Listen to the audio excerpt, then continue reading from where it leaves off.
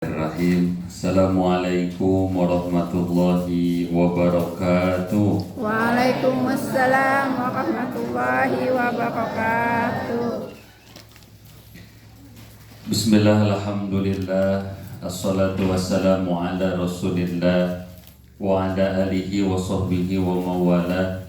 Asyhadu an la ilaha illallah wahdahu la syarika lah wa asyhadu anna sayyidana Muhammadan abduhu wa rasuluh alladzi la nabiyya ba'dah wa la rasula ba'dah hatta yaumal qiyamah.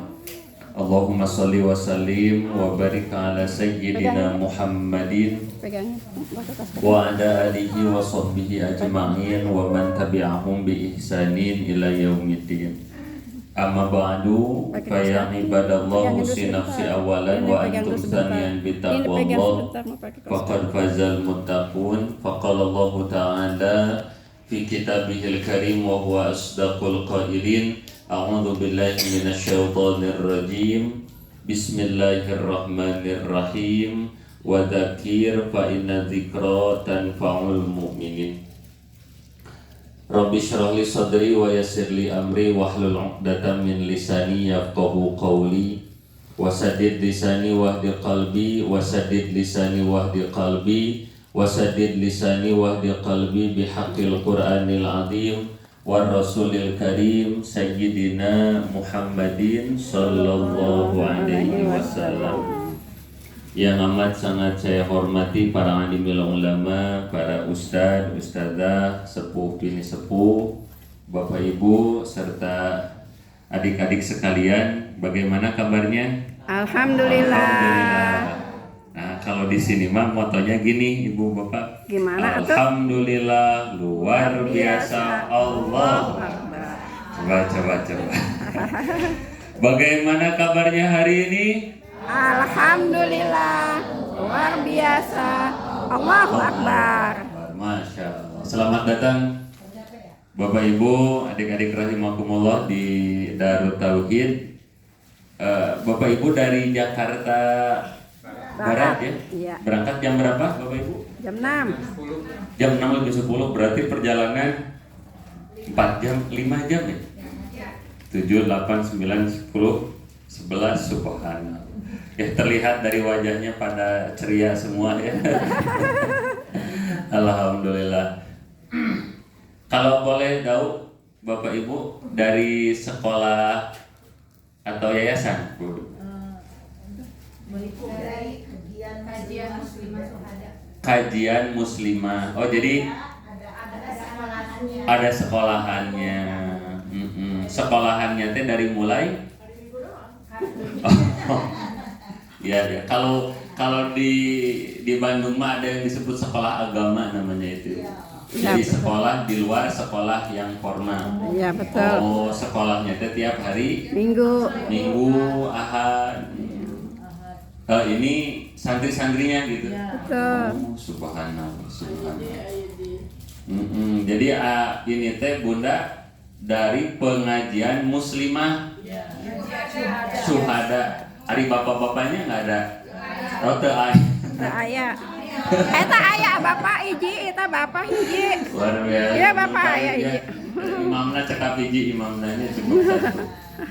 Oh, jadi Bunda teh komunitas pengajian muslimah Syuhada itu yang mana setiap hari Ahad teh suka ada pengajian anak-anak juga seperti itu. Anak asuh. Madrasah. Kalau Bunda pengajiannya biasanya seminggu berapa kali, Bun? Setiap Selasa. Sabtu Minggu. Selasa, Sabtu, Minggu. Subhanallah. Sebanyak ini atau banyak juga yang tidak ikut nih, Bun? Banyak nggak ikut. Banyak yang tidak ikut. Alhamdulillah. Masya Allah, alhamdulillah. Wilujeng sumbing Ustaz. Alhamdulillah. Jadi ini teh destinasi pertama ke DT. Nah, beres dari sini nanti kemana Ustaz? Gupila. Oh, Kampung Daun. Nah, saya daerah sana rumah itu Bun. Nah, nanti di sana mah. Oh, tinggal nanti di sana nginep. Nginep di sana. Nanti merasakan nikmatnya tinggal di gunung gitu. Karena Villa apa namanya, Kampung Daun itu kan dekat Gunung Tangkuban Parahu. Parahu. Nah, alhamdulillah Ustadz Ustadzah, ibu-ibu serta adik-adik sekalian, marhaban bikudumikum. Selamat datang di Darut Tauhid. Insyaallah ayah bunda rahimakumullah, di sini mah rada-rada seger. Cuman sekarang mah sedang musimnya itu pancaroba. Bunda ya kadang panas. Tadi panas nih dari jam 9. Biasanya nanti kalau pada duhur udah beberapa hari durcor namanya. Dur adan cor hujan seperti itu. Nah, Bapak Ibu hadirin wal hadirat adik-adik sekalian, izin saya Sapria Muhammad Abdullah. Jadi Bapak Ibu, saya salah satu santri di sini dan saat ini diamanahi untuk ala kadar menemani ayah bunda sekalian untuk istirahat di sini nanti sampai kurang lebih jam menjelang duhur ayah bunda ya.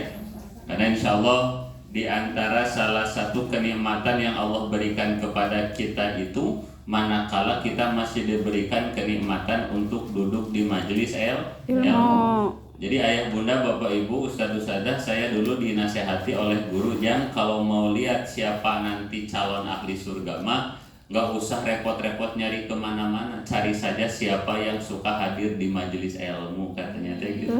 Jadi ini teh ayah bunda, bapak ibu, saya sedang memandang wajah-wajah calon ahli surga semuanya. Amin, masya Allah.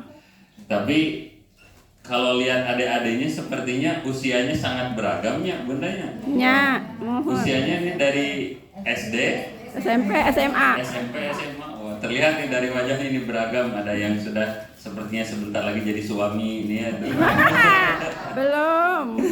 Sebentar lagi bun, hari sebentar teh ya bisa 10 tahun lagi, bisa 15 tahun lagi gitu ya. Tuh, kalau adik-adik putrinya sama juga bunda ya? Sami. Alhamdulillah. Bunda itu tiasa bahasa Sunda gitu. Tiasa. Ada yang bisa bahasa Sunda? Tiasa. Bunda dari mana?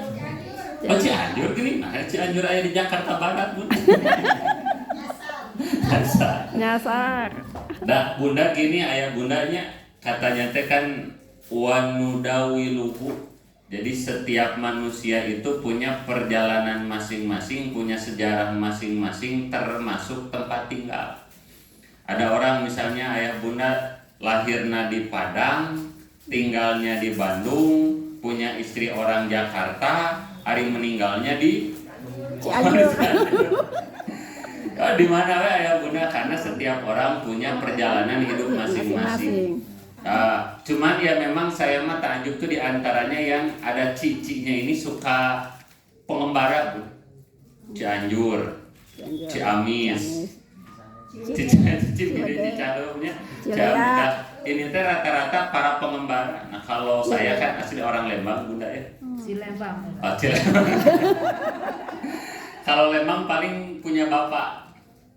Namanya Pak Lembang, Pak Lembang, Sumatera. Saya lahir di Lembang, besar di Lembang, sampai sekarang punya anak tinggal ya di Lembang gitu bunda. Nggak jadi Palembang ya? Enggak jadi.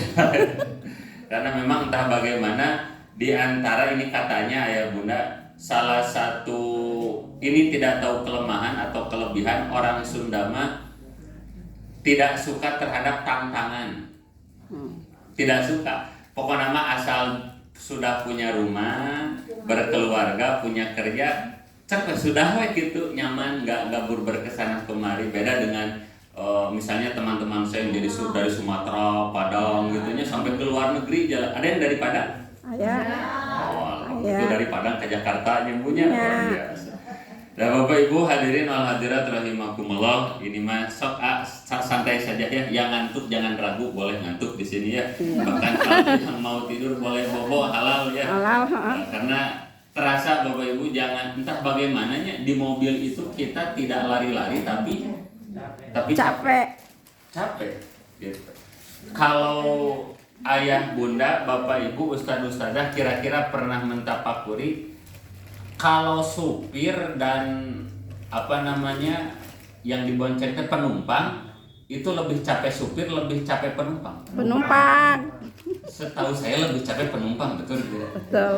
Ada pernah lihat supir mabok? Enggak. Supir kurolo, jarang ya. Jarang.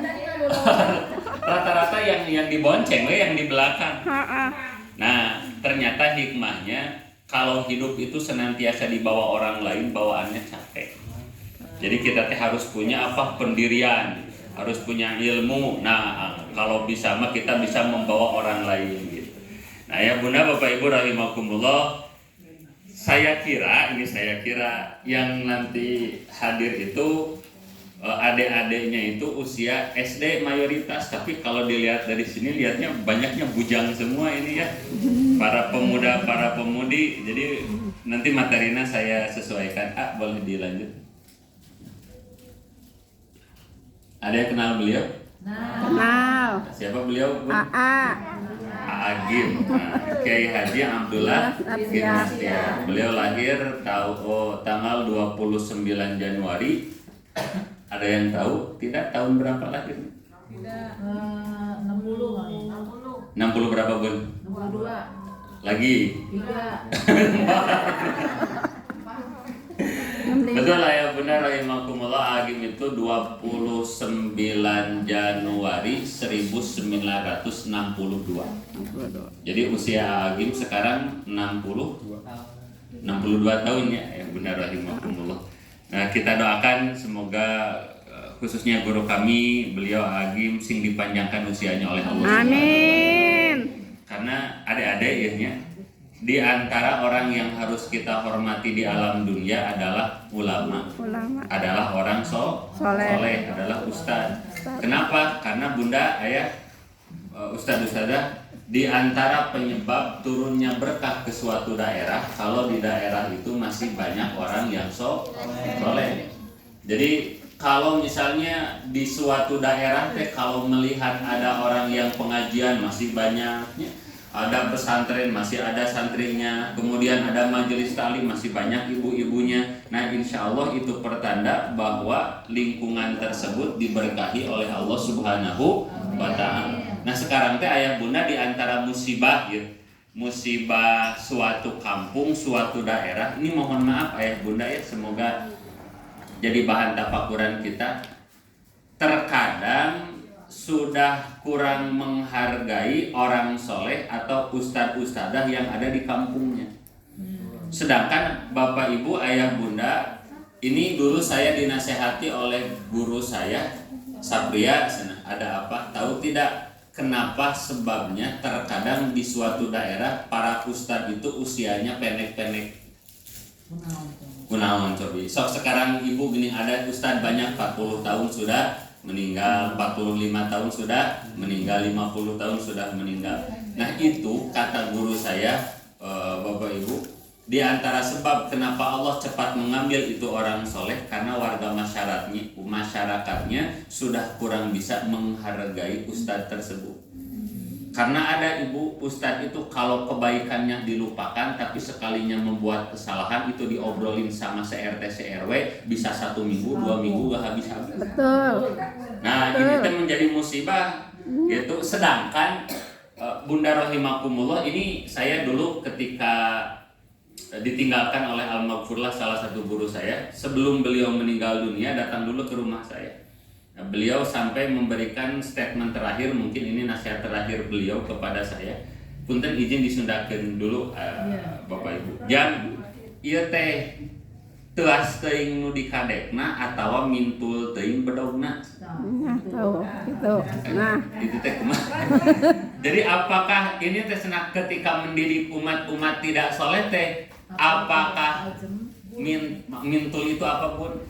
Apakah tumpul goloknya gitunya, ataukah terlalu keras yang diajar, yang dipukulnya gitu? Karena Bunda rahimakumullah ayah, kalau misalnya ada orang menyembelih domba dan ternyata goloknya itu tumpul, domba bukannya mati malah ketawa-ketawa, betul? Getek sebenarnya, malah geli domba nanti gitu. Tapi kalaupun seandainya si goloknya itu tajam, tapi kalau yang dipukul, yang dihantamnya itu adalah batu, maka tidak pecah juga. Maka dulu menasihati seperti itu guru. Nah, akhirnya beliau tidak lama setelah itu meninggal dunia. Nah, ternyata Bunda, saya memperhatikan terkadang masyarakat betul-betul menghargai seorang ustadz kalau ustadz itu sudah meninggal. Karena terkadang Bunda, ustadz itu harus serbaguna. Ada yang sakaratul maut, yang dicari siapa? Ustadz. Mandiin mayit, ustadz. Ngaboyhan itu Bunda? Mengkafani gitu kan, sampai menyolatkan, menguburkan, ustadz. Ada yang mau melahirkan, brol, mau syukuran, ustadz. Mau nikahan, ustadz. Segalanya Pak Ustadz. Nah, ketika ustadznya meninggal dunia, baru itu bingung masyarakat. Nunjuk ke ini, kamu atuh yang nguburin, nih nggak mau takut. Kamu atuh yang memandiin, nggak mau takut. Dan akhirnya bingung. Akhirnya saya melihat suatu daerah sampai ngimpor ustadz. Mengimpor ustadz, mencari ustadz itu dari daerah yang lain. Kenapa? Karena di daerah itu sudah meninggal ustadznya. Nah, maka nih saya berharap ini wajah-wajah calon-calon ulama semua. Amin. Amin. Ya. Karena adik-adik rahimakumullah, sekarang itu di masyarakat butuh penerus-penerus ustadz.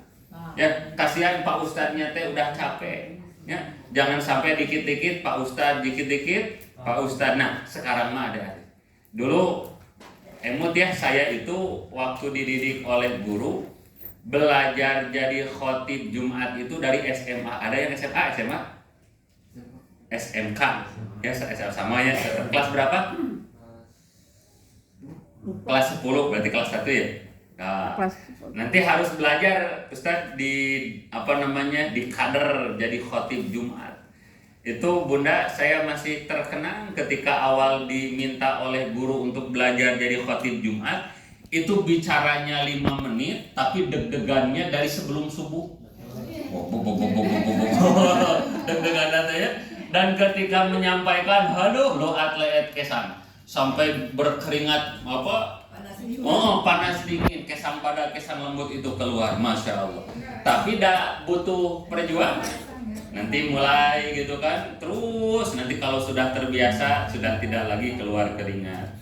Kalau ada yang meninggal, dibawa dulu saya sama guru itu, sampai masih terkenang. Nanti kapan-kapan kalau jalan-jalan teh, ibu-ibu bukan hanya jalan-jalan ke Ancol, bukan hanya jalan-jalan kemana, ke Dupan ya, ke Pangandaran. Coba nanti mas sekali-kali jalan-jalan teh ke kamar jenazah. Jalan-jalan teh ke mana? Ke kamar mayat ya. Belajar apa nanti? Belajar ngurus mayit ya. Karena teman-teman rahimakumullah, nanti adik-adik kalau sudah bisa ngurus mayit, mantap. Mantap. Pas saya dulu ingat dulu Bunda ayah ya, ketika belajar menguburkan mayit, kan si mayit itu dihadapkan ke kiblat ya, dibuka tali pocongnya. Itu saya bagian ngebuka kaki mayit. Itu pas ketika dibuka si kain kafannya teh, kan si tangan itu nyentuh kepada kaki mayit. Dingin kan, itu sampai 3 hari 3 malam tidak berani buka pintu dan buka jendela kalau malam hari, karena takut pas buka jendela teh gitu. Tapi dah butuh butuh perjuangan, butuh perjuangan. Jadi kalau misalnya adik-adik ya dari mulai kecil teh sudah jago, apalagi kalau nanti teh sudah serba bisa. Jadi kalau misalnya di kampung teh mau ada acara syukuran, aduh ini MC-nya berhalangan hadir, macet di jalan, kata adik-adik teh, saya aja Pak. Jadi apa MC? Beres MC, ini yang koringnya, yang ngajinya nggak ada siap, jadi lagi koring.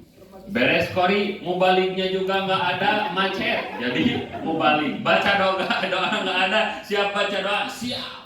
Maka drill santri yang hebat itu adalah santri yang serba bisa.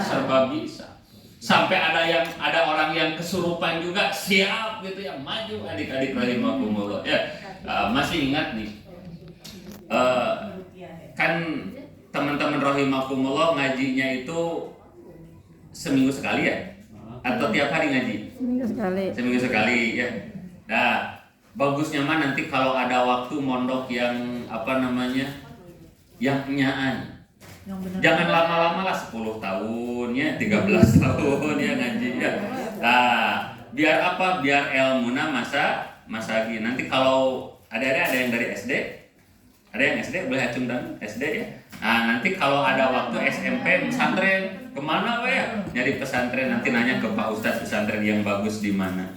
Nah, adik-adik rahimakumullah, gimana dah Ustadz? Saya mengajinya cuma seminggu sekali, kira-kira bisa jadi ulama tidak? Jawabannya bisa.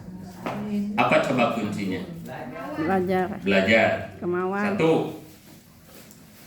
Adik-adik rahimakumullah, saya nanya, kalau boleh nanya ya.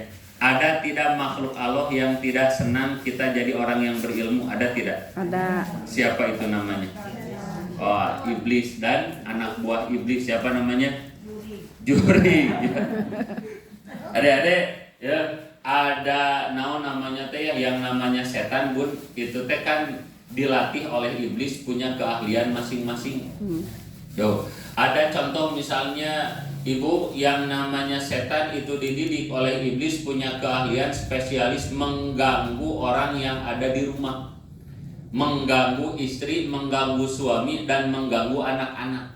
Jadi bagaimana caranya agar di rumah teh suka apa namanya teh? Hog-hag, berantem. Panas. Contoh Bunda. Ada kadang setan itu, ini namanya katanya, saya belum pernah ketemu dengan dia, namanya teh setan dasim.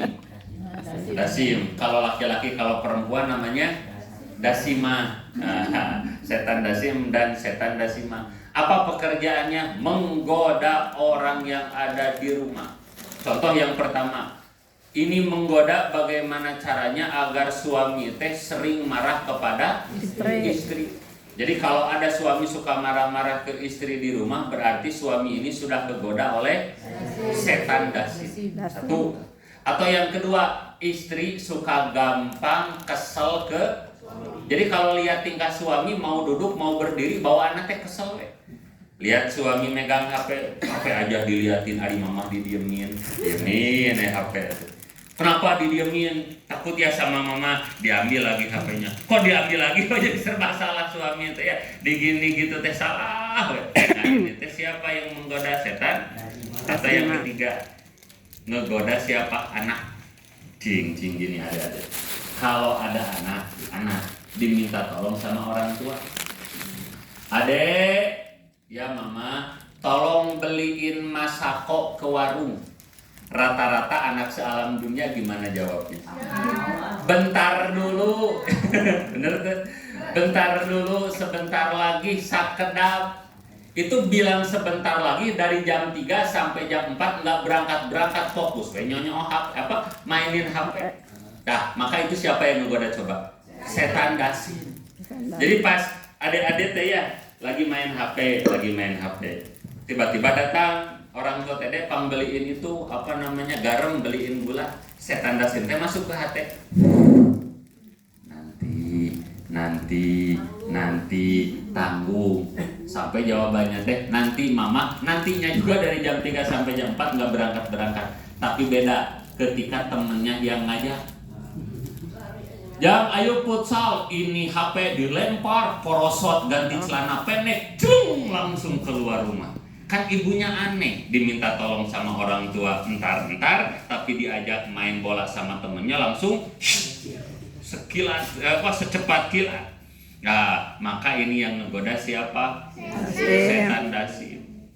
Bahkan ini diantara godaan yang berat ini bagi setan dari setan dasim kepada anak Anak itu kalau di rumah mendadak jadi knalpot racing. Knalpot racing kumaha suaranya? Breng. Nah, ada anak itu yang kalau ke orang tua seperti knalpot racing. Si mama. Jadi anak itu sudah berani marah kepada orang tua. Padahal adik-adik, jangankan kita membentak orang tua, suara kita melebihi suara daripada orang tua kita teh sudah disebut anak yang durhaka. Tuh, ya subhanallah. Nah, ini namanya teh setan dasim. Nah, ada yang kedua namanya teh setan khuyal. Ya, nama-nama juri ya, nama-nama setan. Setan khuyal itu adalah yang spesialis menggoda di pangaosan, menggoda di pengajian. Kadang sok ditapakuri dah sebelum pengajian mah kedipan mata teh gagah, kedipan mata teh cepet. Nah, ketika masuk pengajian, yang di depan Pak Ustadznya sudah berkata Assalamualaikum warahmatullahi wabarakatuh, itu kedipan lama-lama memelan, pelan gitu benar ya. Kenapa? Karena itu yang namanya setan khuyal datang menyerang. Setan bawa 2 senjata, 1 bawa tepung, 2 bawa paku. Bawa tepung ditabur kemana, Bu? Ke mata. Ke mata. Makanya yang paling bahaya itu kalau setan nariknya ke depan. Kalau setan nariknya ke belakang masih lumayan, ada kagetnya. Kebayang lagi ngaji? Masih ada kagetnya. Yang bahaya kalau setan narik kemana? Ke depan.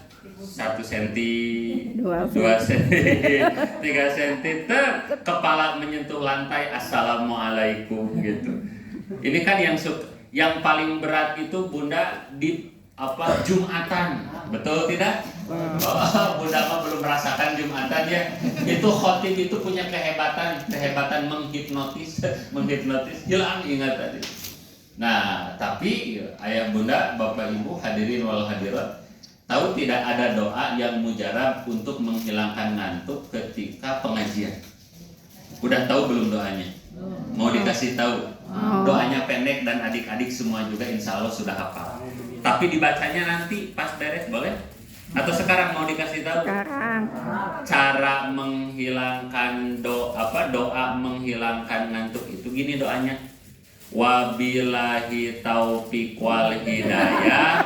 Wassalamualaikum warahmatullahi wabarakatuh. Itu doa mujarabun.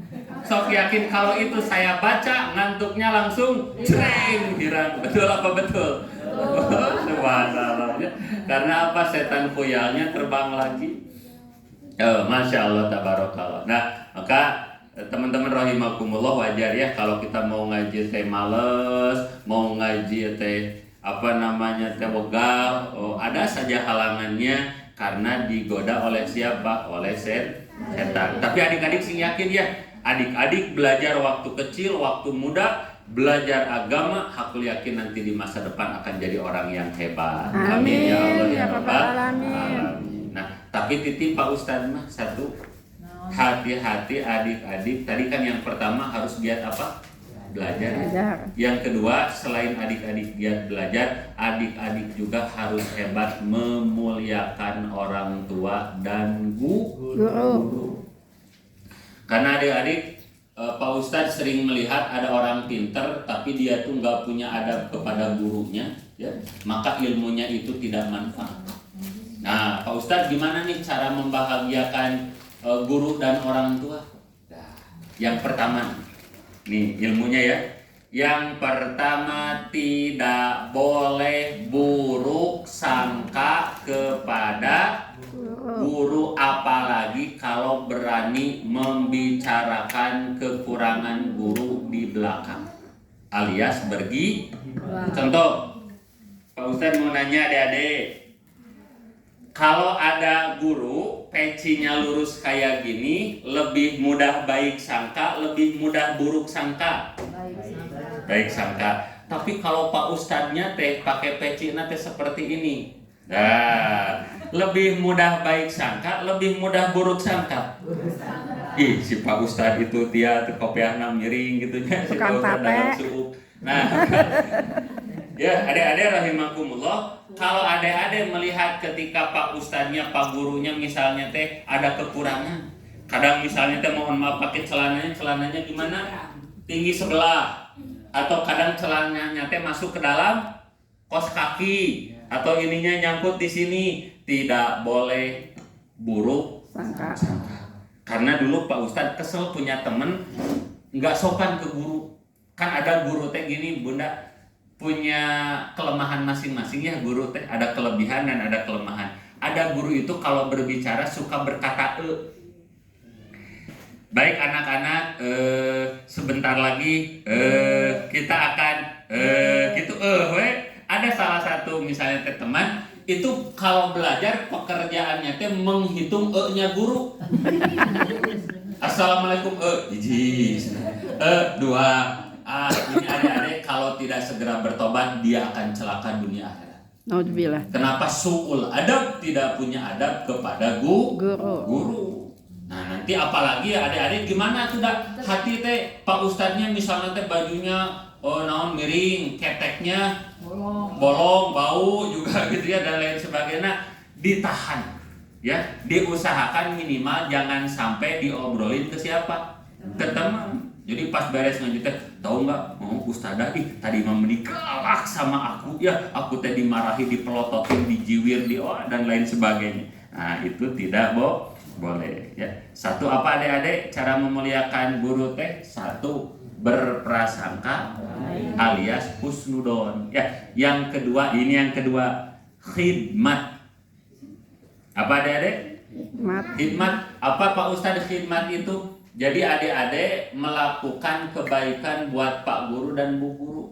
Kalau dulu mah Pak Ustadz kalau lagi ngaji teh diantara yang paling seneng teh ngijitin guru. Jadi kalau misalnya lagi ngaji guru teh kakinya udah selonjor gini, guru teh ginian dah. Maka santri teh langsung serbu, itu nyerbu guru. Ada yang mijitin kakinya, ada yang mijitin telapaknya, mijitin jempolnya, mijitin apa namanya? Punggungnya. Tuh, itu namanya khidmat. Atau lihat misalnya Pak Ustadz teh apa namanya? Motornya kotor. Nah, maka sama adik-adik digimanain motornya? Cuci. Pak Ustadz nggak apa-apa ya motornya kami cuci, tapi nyucinya yang bener. Jangan sampai nanti dibawa motornya ke sungai dicelup-celupin gitu ya, jangan. Tapi dicuci, dielapi. Nah itu maka adik-adik cara memuliakan guru. Nanti kalau lihat Pak Ustadz bawa buku, adik-adik jangan diem. Pak Ustadz nanti sama adek ya bawain bukunya. Lihat Pak Ustadz bawa tas, gimana bilangnya? Pak Ustadz, saya bawain tasnya. Pak Ustadznya bawa snack. Jangan gitu Maya, kasihan ya buat anak istrinya. Nah gitu adik-adik ya. Yang kedua, adik-adik apa? Khidmat. Karena Pak Ustadz punya teman awalnya mah adik-adik ya. Buat makan saja ini teman Pak Ustadz harus jualan dulu tetes mata. Itu mau makan, saking nggak punya uang, nggak punya duit. Jadi mau makan teh jualan dulu, Bu, mau beli tetes matanya enggak, Pak, mau beli tetes matanya enggak. Kalau ada yang beli baru bisa makan. Tapi tahu nggak adik-adik, sekarang dia jadi orang hebat. Masya Allah. Dia jadi orang hebat. Itu kalau misalnya adik-adik ya, sekarang mah subhanallah ilmunya luas, hartanya banyak, gitunya rumahnya bagus. Adik-adik tahu kenapa yang asalnya nggak punya apa-apa dia jadi orang hebat? Karena temannya Pak Ustadz suka khidmat kepada gurunya. Apa khidmatnya? Coba satu khidmat nanti. Setiap pagi suka ngepel rumah gurunya. Tuh, dan ngepelnya teh bunda bukan digeser-geser gitu, tapi tiap keramik di apa namanya? Dikerik, dielap. Sampai gurunya berkata, rumah saya mah nggak boleh diempel sama santri lain kecuali santri yang satu ini. Dia jadi orang hebat. Masya Allah, tabarakallah. Ya, jadi yang pertama adik-adik agar nanti jadi orang hebat apa? Satu, jangan berburuk sangka. Dua, khidmat. Yang ketiga, takzim alias bagaimana menghormat guru? Bukan gini, kepada ibu guru hormat gerak, bukan gitu. Satu, menghormati guru itu jangan berjalan di depan guru. Nah, maka adik-adik nanti kalau hari Ahad ketemu guru, misalnya guru kita di depan, maka kita jalannya di mana? Belakang. Di belakang. Gimana pas kita lagi berjalan tiba-tiba ada guru dari belakang, apa yang kita lakukan? Stop dulu, minggir.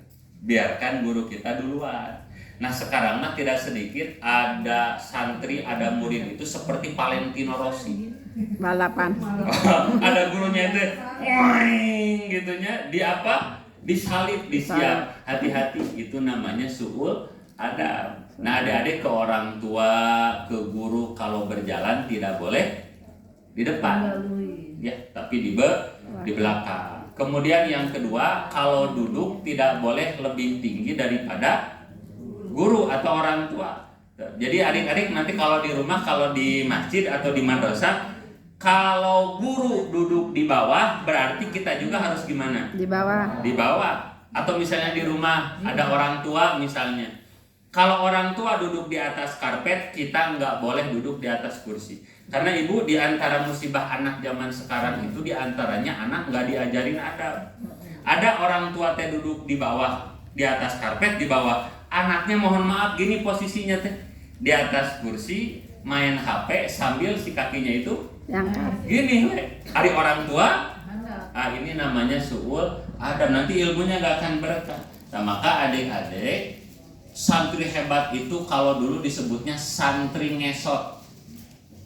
Santri apa? ngesot. Ngesot. Jadi kalau ada orang tua duduk di bawah, apa yang kita lakukan? Ngesot ke bawah. Duduk di bawah. Itu kira-kira adik-adik mudah atau berat dilakukan? Udah. Mudah ya. Tapi hati-hati, nanti sama setan suka dibuat lupa.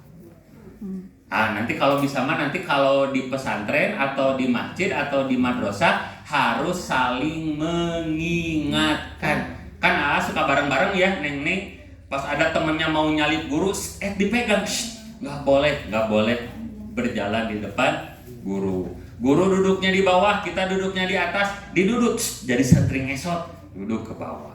Tuh, maka adik-adik, satu, belajarnya rajin. Yang kedua, ke orang tua dan ke guru menghormati. Pak Ustadz yakin adik-adik di masa depan akan jadi orang yang hebat. Amin ya Allah ya Rabbal Alamin. Nah, Bunda rahimakumullah, insya Allah sebentar lagi akan masuk ke waktu zuhur. Ustadz kalau berangkat ke vilanya jam berapa?